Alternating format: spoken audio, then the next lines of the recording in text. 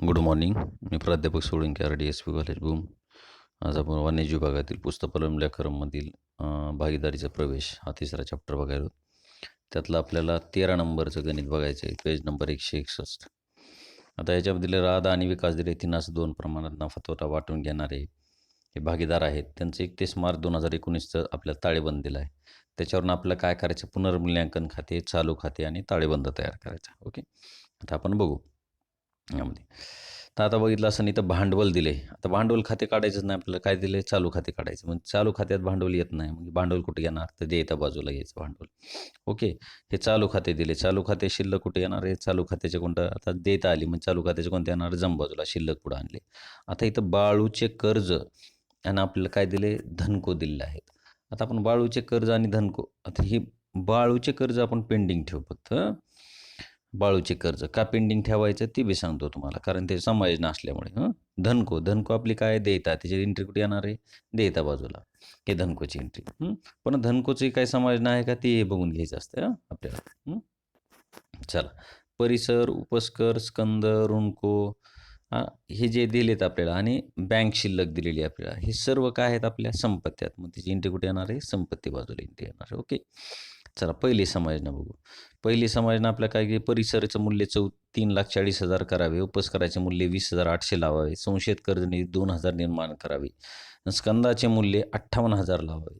आता ही सगळ्याच्या संपत्तीचं पुनर्मूल्य दिलेलं आहे. मग संपत्ती काही घटली असेल, काही ठिकाणी वाढली बी असेल. घट झाली असेल तर पुनर्मूल्यांकन खात्याच्या नावाला एंट्री करा, आणि संपत्तीत वाढ झालेली असेल तर पुनर्मूल्यांकन खात्याच्या जमाला एंट्री करावी. फक्त एवढीच काळजी घ्यायची. फक्त इथं काय, संशयित कर्ज निधी 2,000 निर्माण. मग संशयित कर्ज निधी 2,000 म्हणलं की घट आहे, ऋणको तेवढे घटणार, म्हणजे पुनर्मूल्यांकन खात्याच्या नावेला येणार, ऋणकोमधून मायनस संपत्ती बाजूला. ओके, आता इथं काय दिले, ओमने भांडवल म्हणून 80,000 रुपये आणावेत, आपल्याला दिलेत. आता इथं राधा आणि विकासचंच भांडवल दिलं होतं आपल्याला देयता बाजूला इथं, पण ओमचं दिलं नव्हतं. म्हणलं की ही 80,000 एंट्री देयता बाजूला करून टाकायची. ओके, आता ख्याती दिली 20,000 रुपये. ख्याती म्हणलं की ते भागीदारांना वाटून द्यावं लागते. भागीदारांच्या चालू खात्याच्या जम बाजूला 3:2 प्रमाणामध्ये हे 20,000 रुपये वाटून टाकायचे. ओके, त्यामध्ये आता बाळूचे कर्ज, हे निकाने बाळूकडील कर्जाची परतफेड नेफने करावी, म्हणजे तेवढी रक्कम देऊन टाकली, परतफेड करून टाकली, म्हणजे ती देणं तेवढं फेडलेलं आहे.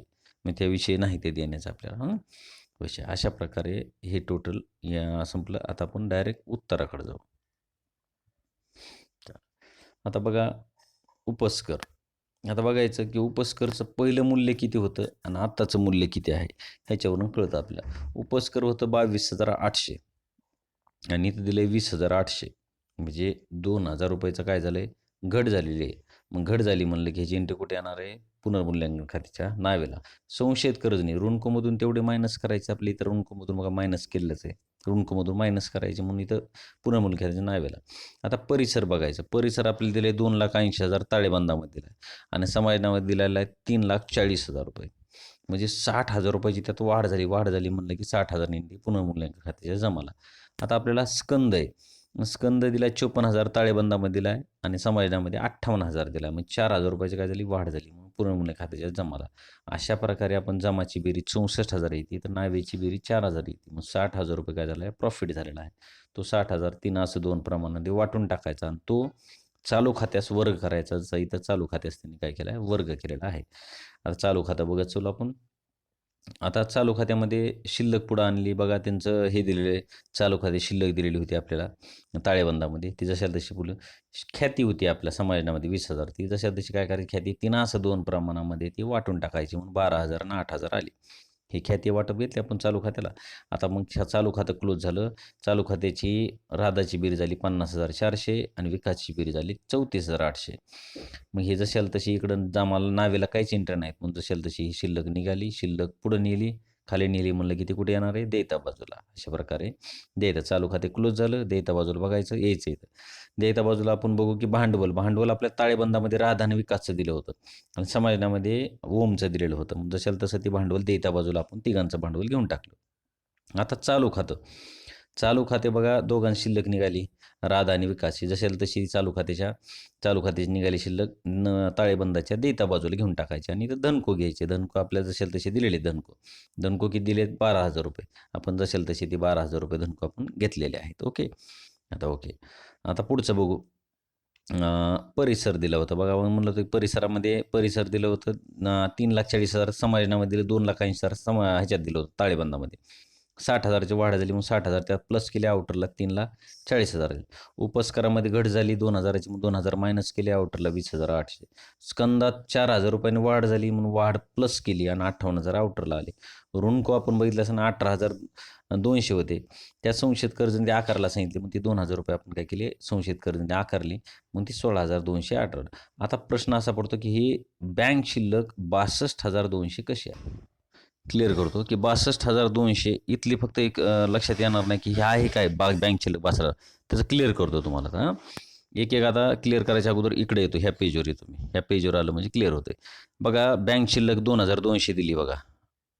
ओके, बँक शिल्लक 2,200.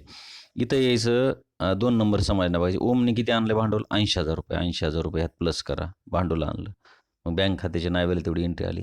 20,000 रुपये ख्यातीची रक्कम त्यांनी व्यवसायात ठेवावी असं सांगितलंय. 20,000 रुपये ख्यातीची रक्कम आली. की आलं. मग ह्याची बेरीज आली 1,02,200. आलं. आता लक्षात यायचं, बाळूच्या कर्जाची परतफेड केली. बाळूचं कर्ज किती होतं? 40,000. मग हे 40,000 यातून मायनस करायचे. मग मायनस केल्यानंतर अमाऊंट येईल 62,200. जशाला तशी. हे लक्षात आलं? ही रेटी पण नीट लक्षात ठेवा. बघा 2,200 बँक शिल्लक होती. 80,000 ओमने भांडवल आणलंय आणि ख्याती 20,000 रुपये आणली. जशाला ती ख्याती आली, व्यवसायात तेवढी ख्याती आलेली आहे. म्हणलं व्यवसायात आलं म्हणलं की बँक खात्याच्या नावाला एंट्री होणार त्याची. म्हणजे एवढे बँकेत 1,02,200 आले. त्यातले 40,000 रुपये बँकेचे काय केले, नेफ्टने परतफेडी म्हणजे तेवढे पैसे बँकेतले कमी झाले. मग 40,000 रुपये हे केले. नील असल्यामुळे आपण ते बाळूच्या कर्जाची एंट्री केलेली नाही. जर प्रश्न असा बरेच जण, सर मग ते बाळूच्या कर्जाची एंट्री काय करायची? मग देयता बाजूला करून टाकू शकता. तेवढी एंट्री करा आणि मायनस करा बँक खात्यातून. पण ती गरज नाही, नीलची एंट्री आहे. केली तरी हरकत नाही, नाही केली तरी हरकत नाही. ओके, चला पुढचं बघू. आता अशा प्रकारे हे बाळूचे कर्ज 62,200 बघा इथं आलेलं दिसतंय तुम्हाला. मग अशा प्रकारे आपण ताळेबंदामध्ये जर आपण संपत्तीची बेरीज 4,97,200 आली आणि देयताची बेरीज 4,97,200 आलेली आहे. अशा प्रकारे हा ताळेबंद टॅली झालेला आहे. कुणाला जर ह्या ताळेबंदात समजलं नसेल, काय अडचण असेल तर पर्सनल WhatsAppला मला विचारू शकता. आणि हाच व्हिडिओ मी यूट्यूबला सुद्धा अपलोड करणार आहे. कोण यूट्यूबला बघा, त्याला लाईक करा, सबस्क्राईब करा. ओके. आणि सर्वांनी एकही सूचना आहे की 12वीचे जेवढे विद्यार्थी असतील ते त्वरित आपापलं ॲडमिशन करून घ्यावं.